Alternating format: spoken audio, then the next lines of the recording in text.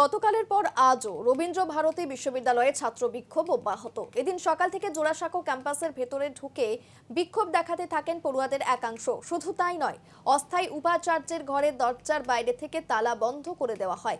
সেই ঘরের সামনে বসেই চলে বিক্ষোভ অবস্থান কর্মসূচি। অস্থায়ী উপাচার্য শুভ্রকমল মুখোপাধ্যায় নিজের মতো করে বিশ্ববিদ্যালয় পরিচালনা করছেন। পড়ুয়াদের সঙ্গেও দুর্ব্যবহার করা হচ্ছে, এমনই অভিযোগ আরও একবার তোলা হয়েছে।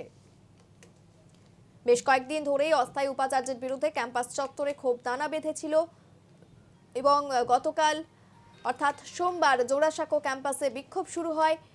অস্থায়ী উপাচার্যের বিরুদ্ধে শুরু হয় স্লোগান।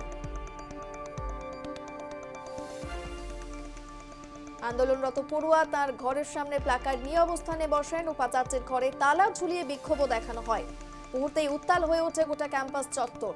সেই ছবি দেখছেন আপনারা এই মুহূর্তে, মাটিতে বসে পড়ে হাতে প্ল্যাকার্ড এবং বিক্ষোভ অবস্থান চলে উপাচার্যের ঘরের সামনেই।